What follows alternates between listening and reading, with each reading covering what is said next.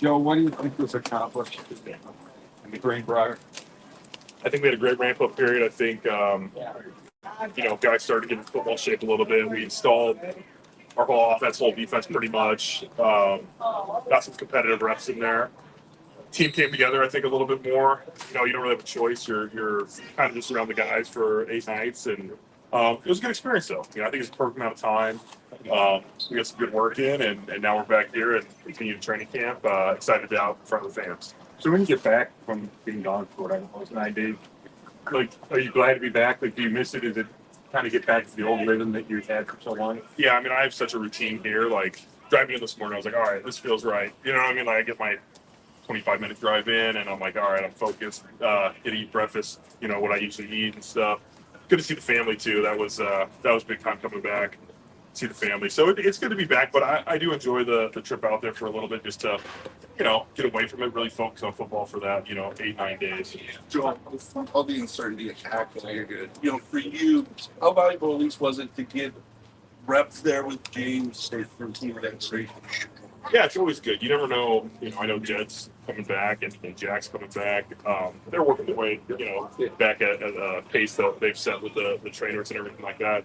But football's a sport where guys, can be injured. So to have a chance to get those valuable reps with James, I feel like it's gonna pay off if it's week 1 or if it's week 10. Sometimes we might need it and get those reps together. It's a big positive. Now, you always have some time through the off-season program and here early in camp. Is there a big philosophical difference between Bill and Andy as far as how, not only from a schematic standpoint, but just from perspective? I think scheme-wise, we have a lot of similar schemes. I mean, there's obviously little nuances to each one, but I think scheme-wise, we're pretty similar. Coaching-wise, they're definitely a little bit different people, so you're always going to have different ways they teach, different ways, they run the meeting room. But it's like my 6th or 7th O-line coach in the NFL, so I've had a little experience with everybody, and everybody brings their own flair, and I think the part is you can take things from Bill that he's taught you, use those, and then Coach Dickerson, you can take things from him and use those. So he's open to what works for each guy. We have different body types on this line, so what works for one guy might work for not work for another guy. And so we're kind of picking and choosing what we like and how we want it. But it's very similar schemes. Like, Kevin's still running the thing. I know Dorsey's brought a lot in. Coach Dickerson's brought some in. Roy, our assistant line coach, has brought some in. So we have a good mix of stuff. So it should be fun. It's the most expensive time that Hudson has had at tackles since you've been here. What do you see?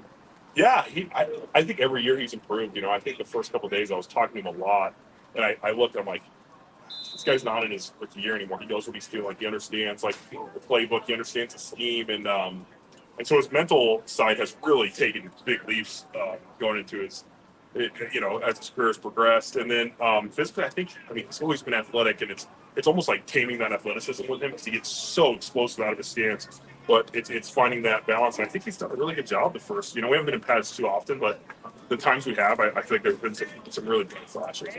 Your 11th season, Joel, how easy does that make it to adjust to different tactics? Oh, it helps a lot.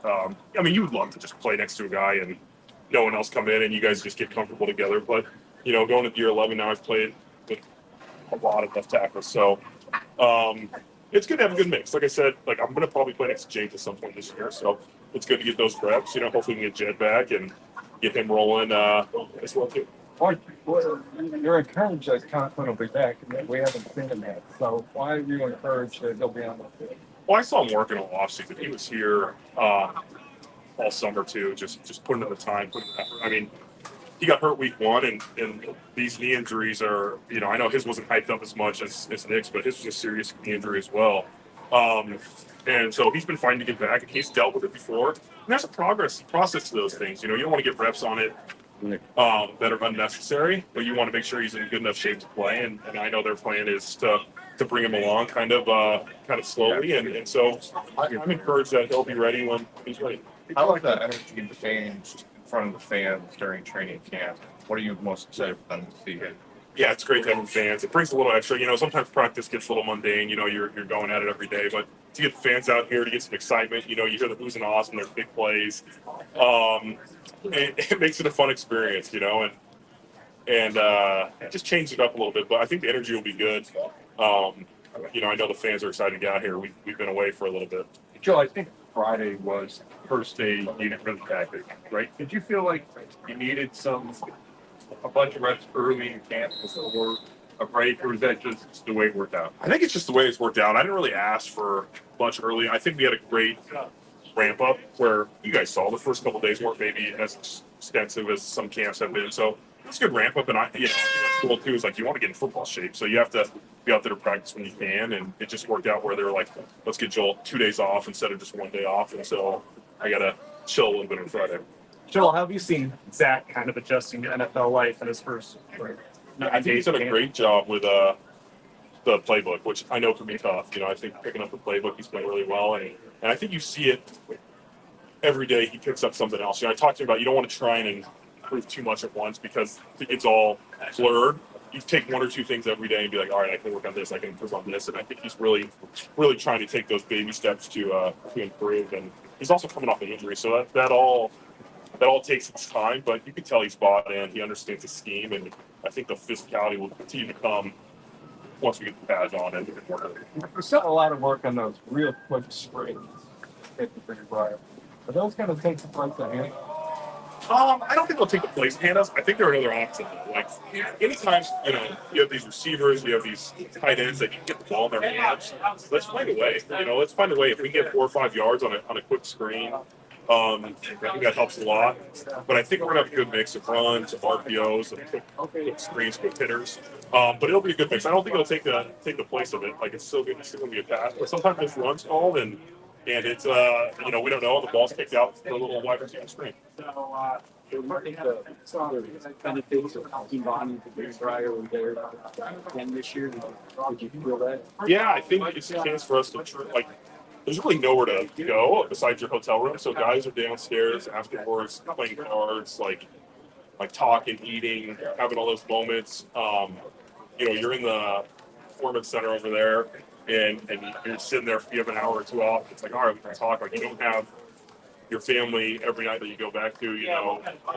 So I think the benefit's huge, and we get to hear about people's stories. Kev's been doing it since we've been here, but the 4-H's, we've been doing that almost every night. You hear guys' stories, you hear where they're from, and what it means to them to be here, and it makes it when you connect on those levels, it just makes it a little bit more personal. And I think when you have friends and you're close with your guys, Thanks, guys.